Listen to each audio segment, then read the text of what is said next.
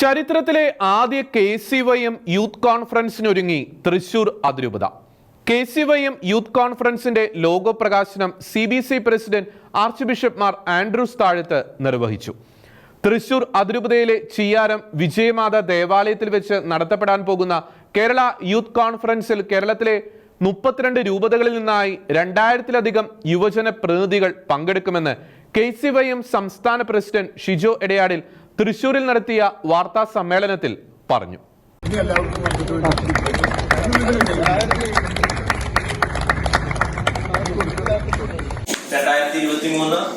ജനുവരി 20, 21, 22 തീയതികളിൽ തൃശൂർ അതിരൂപതയിലെ ചിയ്യാരം വിജയമാത ദേവാലയത്തിൽ വെച്ച് നടക്കുന്ന കേരള യൂത്ത് കോൺഫറൻസിൽ കേരളത്തിലെ 32 രൂപതകളിൽ നിന്നായിട്ട് 2000-ലധികം യുവജന പ്രതിനിധികൾ പങ്കെടുക്കുന്നു.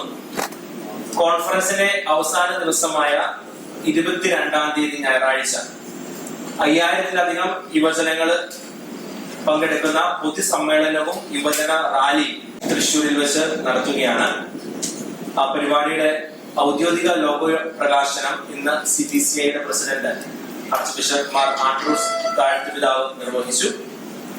KCYM 1978 ഡിസംബർ 28-ന് കോട്ടയം മാങ്ങാനം KE കോളേജിൽ ആരംഭം കുറിച്ച 45 വർഷങ്ങൾ പിന്നിട്ടപ്പോഴാണ് ഇത്തരത്തിലൊരു യുവജനങ്ങളെ, കത്തോലിക്ക യുവജനങ്ങളെ ഒരുമിച്ച് കൂട്ടി കാലാനുസൃതമായ ചർച്ചകൾക്കും തീരുമാനങ്ങൾക്കുമായിട്ട് ഇത്തരത്തിലൊരു വേദി ഒരുങ്ങുന്നത്.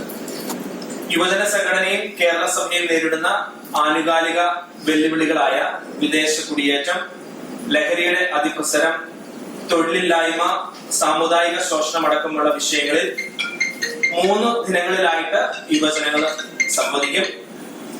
മുൻപ് ദേശീയ തലത്തിൽ സിറോ മലബാർ, സിറോ മലങ്കര ലത്തീൻ സഭകളുടെ കൂട്ടായ്മ നടന്നിരുന്ന നാഷണൽ യൂത്ത് കോൺഫറൻസിന്റെ മാതൃകയിലാണ് കേരള യൂത്ത് കോൺഫറൻസ് ഒരുങ്ങുന്നത്.